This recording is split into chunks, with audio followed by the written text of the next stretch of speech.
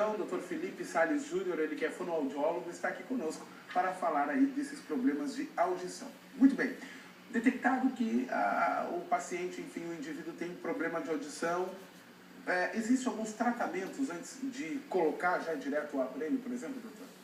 Antes de colocar o aparelho, o paciente ele tem que passar com o médico para poder avaliar. Nós temos 3 tipos de perda auditiva diferentes, no qual essas perdas elas têm que ser verificadas antes de estar colocando o aparelho auditivo. O médico identificando que o tratamento medicamentoso não vai ser suficiente ou impossível, impossibilitando que esse indivíduo melhore com o medicamento, aí eles encaminham para a gente para poder estar trabalhando com os aparelhos auditivos. Muito bem. Vamos aqui às perguntas dos nossos telespectadores, que muitos já vêm aqui falando dos próprios aparelhos. A Cláudia nos pergunta o seguinte: qual é o melhor fone de ouvido para que não prejudique a audição, os maiores ou os pequenos? Na verdade, os fones de ouvidos eles têm que ser trabalhados. Na verdade, ela chamou de fones de ouvidos, mas a gente chama de equipamentos de proteção individual.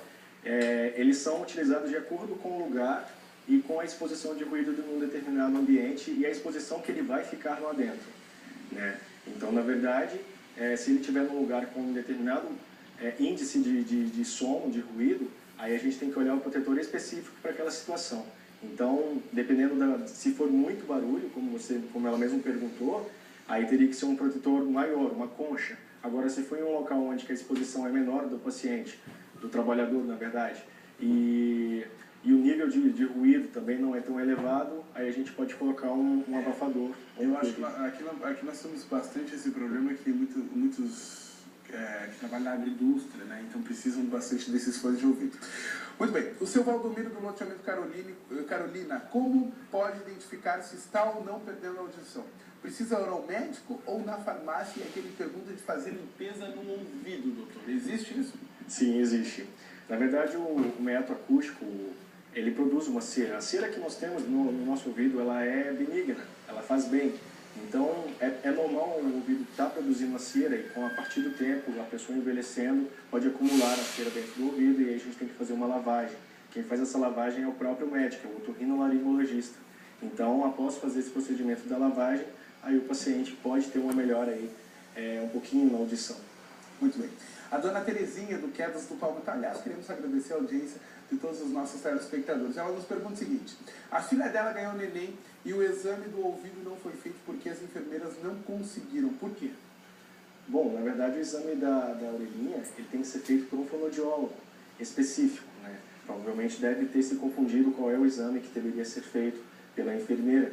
Então a criança tem que passar pelo teste da orelhinha, já é lei, é obrigatório. Caso ela não consiga, ela pode procurar a nossa clínica comunicação, a gente pode estar fazendo esse exame para ela. Muito bem, aqui nós temos então os diversos tipos de aparelhos aí para os ouvidos, doutor. Explica pra gente aqui cada um deles, e as suas funções, e aquilo que é bom, aquilo que é ruim, enfim. Bom, como eu havia dito, uma pessoa ela pode desencadear uma perda auditiva, pode vir a ter uma perda auditiva, então a gente tem que avaliar caso a caso, cada tipo de exame, na verdade.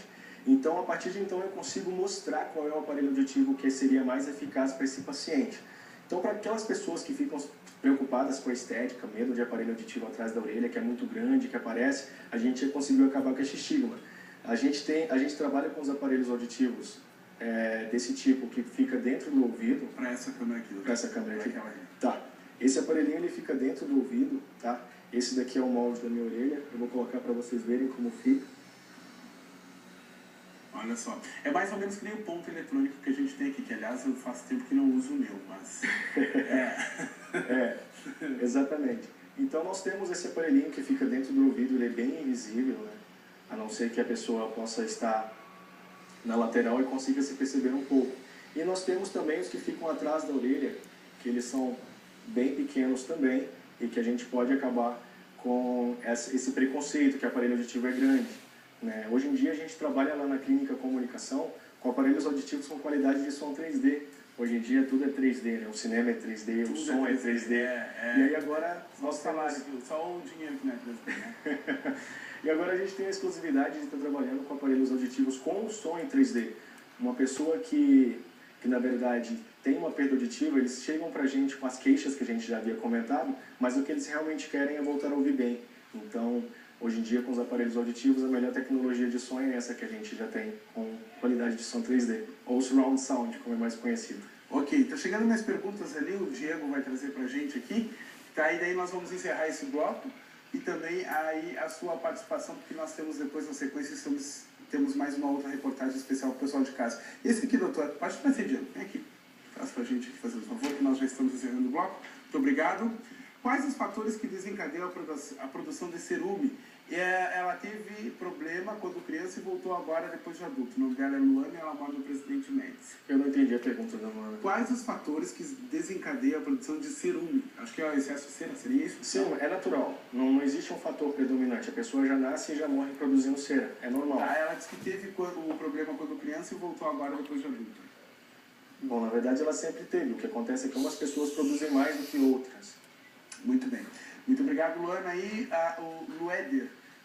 A Luéder. Marido tem problema sério de audição, já foi no médico, mas disse que não tem volta. Ela quer saber se tem alguma forma de reverter o caso. Quando ela disse em relação ao problema sério, ela não especificou se ele realmente tem se ele não escuta nada. Então, se ele tiver algum vestígio de audição, a gente consegue sim, com os aparelhos auditivos, recuperar a audição dele. E também a gente também tem as terapias para audição, para usuários de aparelhos auditivos. Então, a gente consegue fazer a reabilitação da audição dele. Nós teremos mais perguntas, mas infelizmente o nosso tempo chegou ao final. O Dr. Felipe Salles Júnior, fonoaudiólogo, muitíssimo obrigado pela sua participação no programa. Eu acho que esse assunto renderia ainda muito mais, mas fica aí para uma próxima ocasião. Obrigado pela sua participação. Eu que agradeço. Certo? Muito obrigado. E agora nós vamos para um rapidíssimo intervalo comercial e voltamos na sequência com mais informações aqui no Vermax.